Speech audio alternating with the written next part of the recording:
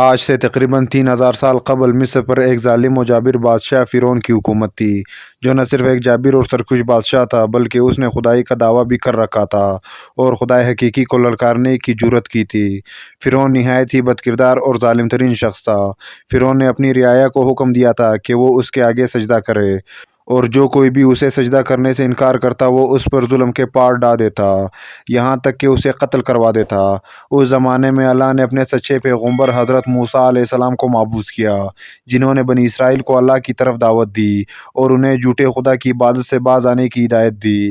لہٰذا خود فرعون کے محل میں موجود ایک خاتون نے موسیٰ علیہ السلام کے دین کو قبول کر لیا اور اس لا شریک اللہ پر ایمان لے آئی۔ اس خاتون کا نام مشاطہ تھا، جو فرعون کے محل میں خادمہ تھی۔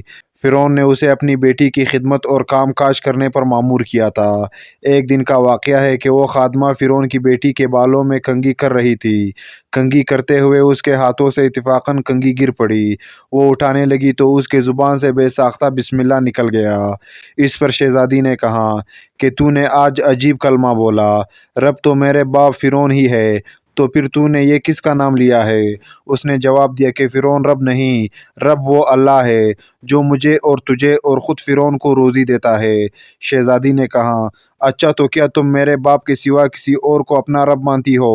اس نے جواب دیا، ہاں، میرا، تیرا اور تیرے باپ سب کا رب اللہ ہی ہے۔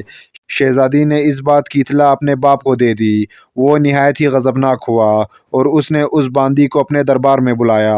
جب وہ حاضر ہوئی تو فرعون نے پوچھا، کیا تو نے میرے سوا کسی اور کو اپنا رب مان لیا ہے؟ خادمہ نے صاف کہہ دیا کہ میں تمہیں خدا نہیں مان سکتی، میرا اور تیرا رب اللہ ہی ہے جو بلندیوں اور بزرگی والا ہے۔ جواب سن کر فرعون حیرت زدہ رہ گیا۔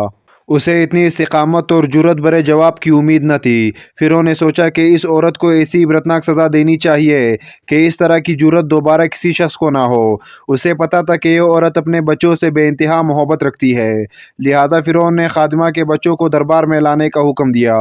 پھر فرعون نے سپاہیوں کو حکم دیا کہ ایک بڑی دیگ میں تیل کو لایا جائے۔ جب یہ دیگ خوب تپ گئی تو فرعون نے حکم دیا کہ اس عورت کے تمام بچوں کو ایک ایک کر کے اس کھولتی ہوئی تیل میں ڈال دیا جائے۔ فرعون کا حکم سنتے ہی اس عورت کے آنکھوں کے سامنے اندھیرا چھا گیا۔ خادمہ نے نہایت ہی صبر اور ہمت سے کام لیا۔ سپاہیوں نے اس خادمہ کے ایک بچے کو پکڑا اور اسے گھسیٹتے ہوئے لے جانے لگے، اور بچہ کبھی پکارتے ہوئے اپنی ماں سے مدد طلب کرتا، کبھی سپاہیوں سے رحم کی بھیک مانگتا، کبھی فرعون کی طرف امید بھری نگاہوں سے دیکھتا۔ سپاہی اسے دھکیلتے اور گھسیٹتے ہوئے دیگ کے قریب لے گئے۔ خادمہ اپنے بچے کی طرف محبت بھرے نظروں سے دیکھ رہی تھی اور اسے الوداع کہہ رہی تھی۔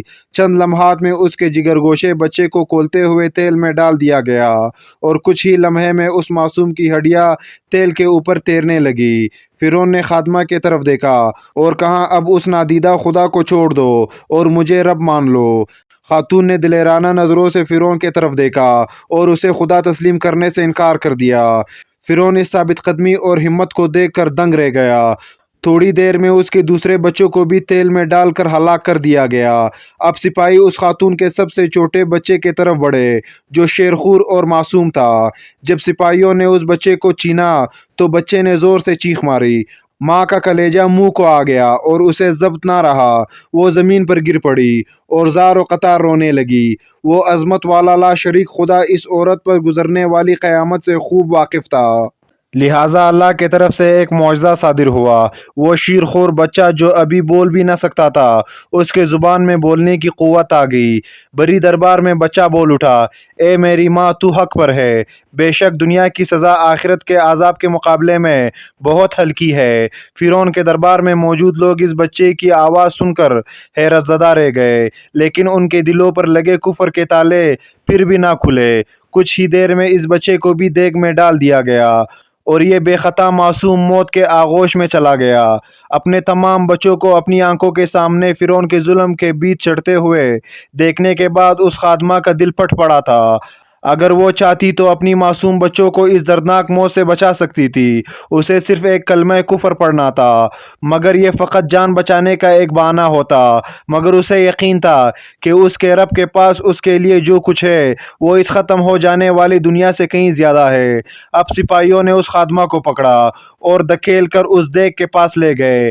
خادمہ کے ذہن میں ایک بات آئی۔ اس نے فرعون کی طرف دیکھ کر کہا، رکو، میری ایک درخواست ہے۔ یہ سن کر فرعون کو کچھ امید پیدا ہو گئی۔ فرعون نے کہا، ہاں بتاؤ، کیا خواہش ہے؟ عورت نے کہا، تم میری اور میرے بچوں کی ہڈیاں ایک ساتھ جمع کر کے ایک جگہ دفن کر دینا۔ پھر اس نے اپنی آنکھیں بند کر لی اور اسے بھی دیگ میں پھینک دیا گیا۔ اس واقعے کے 2000 سال کے بعد آخری نبی حضرت محمد صلی اللہ علیہ وآلہ وسلم اس دنیا میں تشریف لائے۔ آپ کو ایک رات معراج کے سفر پر لے جایا گیا۔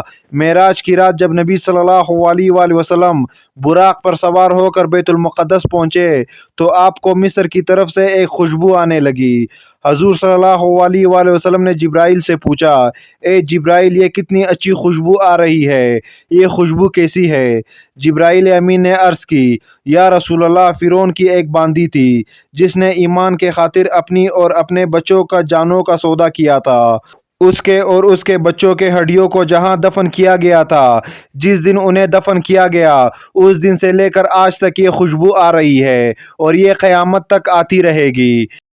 بے شک ہم خوش قسمت ہے کہ اللہ نے ہمیں ایمان کی دولت سے نوازا، جس ایمان کو پانے کے لیے لوگوں نے اپنی اور اپنی اولادوں کے جانوں کے نذرانے پیش کر دیے، جبکہ ہمیں کتنی آسانی سے یہ دین اور ایمان مل گیا۔